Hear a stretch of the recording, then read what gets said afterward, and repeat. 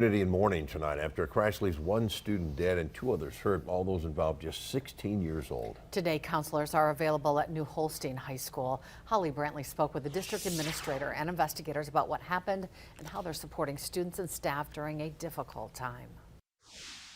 We're told the crash happened just before 7:30 in the morning here at Foundry Road and Plymouth Trail, the area just down the road from New Holstein High School.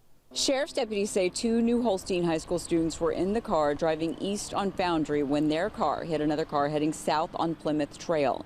The student driving that car goes to Elkhart Lake Glenbeulah High School. The driver from New Holstein High School, a 16-year-old girl, died in the crash. Two other teen boys are expected to be okay. They were taken to hospitals in Chilton and Sheboygan. New Holstein School District Administrator Dan Nett says the news has hit the school hard. He says counselors are on hand to support students and staff. Right now we have our quality counselors. We have 3 counselors in the building, also our school psychologist, and they've all been trained on trauma, illness, grief. He says the student who passed away is a well-known, well-liked volleyball player.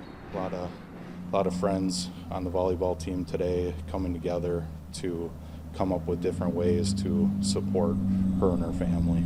Investigators are still trying to piece together how the crash happened. One of the factors that was believed to be involved potentially was sunlight. At the time of the crash, the sun would have been in the direction of the windshield of a driver traveling eastbound on that road. Thursday night's volleyball game, as well as several other events, have been postponed. In Calumet County, Holly Brantley, Action 2 News.